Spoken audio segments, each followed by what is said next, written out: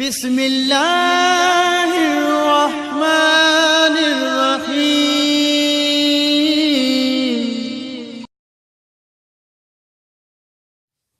بسم الله الرحمن الرحيم نحمد ونصلي محمد وآل محمد اما بعد محترم سامعين ॻाल्हि गुझ जी विसारण बि मुश्किल ऐं पचारण बि मुश्किल।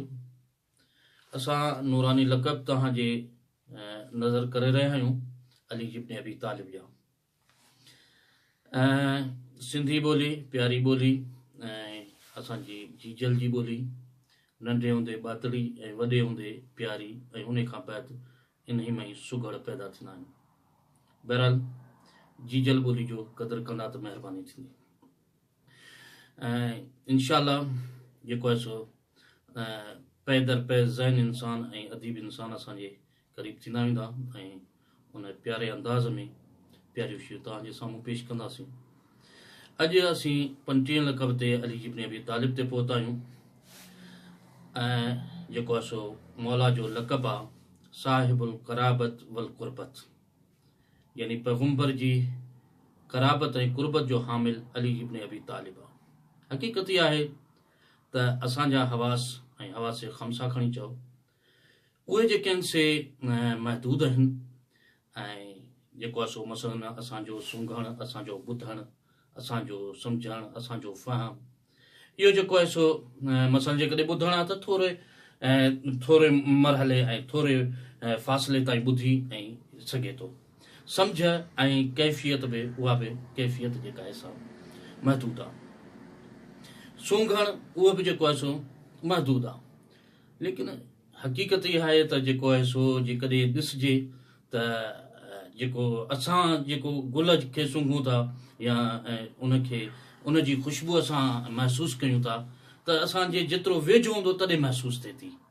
लेकिन जेकॾहिं कनान खां यूसुफ अचे पियो त याकूब खे उनजी ख़ुशबू महसूसु थी रही आहे। क़रीब बैद जो कोन्हे जेके अली इब्न अबी तालिब जा शीदाई आहिनि, चाहे जेको आहे सो सिंध हुजनि, चाहे हिंद हुजनि, चाहे कंहिं बि मुल्क में हुजनि, त उहे ॼणो त जेकॾहिं उहे महसूसु करे रहिया हूंदा आहिनि त असां सां मौला गॾु आहे। पर के अहिड़ा हूंदा आहिनि जेके ज़री जे वेझो हूंदा आहिनि, लेकिन कॾहिं उन्हनि खे महसूसु न थींदो आहे त असीं वेठा किथे आहियूं। अला कैफ़ जेको आहे सो इहो माना हिकिड़ो कुर्बी रिश्तो आहे। हिकिड़ा आहिनि अञा मतिलबु जेको आहे सो हिकिड़ा इन हद ताईं बीह रह, ॿियनि खे इहो आहे दना फदना काब कौसैन, अञा वेझो थी मुसाफ़िर जी हद ताईं पहुची सघनि था। अला कैफ़ क़ुरबत ऐं क़राबत जो हामिल अली इब्न अबी तालिब आहे। छो जो हिननि जो कुर्ब छा आहे, अॼु बि कुर्ब हुनजो अली इब्न अबी तालिब जो ऐं क़राबत जो हामिल आहे। पैगंबर जी जो त रसूल ख़ुदा जे कुर्ब जो हामिल आहे त अली इब्न अबी तालिब आहे। छो जो जेकॾहिं हुनजे कुब्बे जे हेठां अचो त पहिरीं जेको आहे सो बाबे साह खां पैगंबर ते सलाम पढ़ो, पोइ तव्हांखे इजाज़त आहे कुब्बे जे तहत अचो। इहो हुनजो इज़्न आहे, इहो हुनजी दुख़ूल ऐं हुनजी मोकल वठण जो तरीक़ो आहे।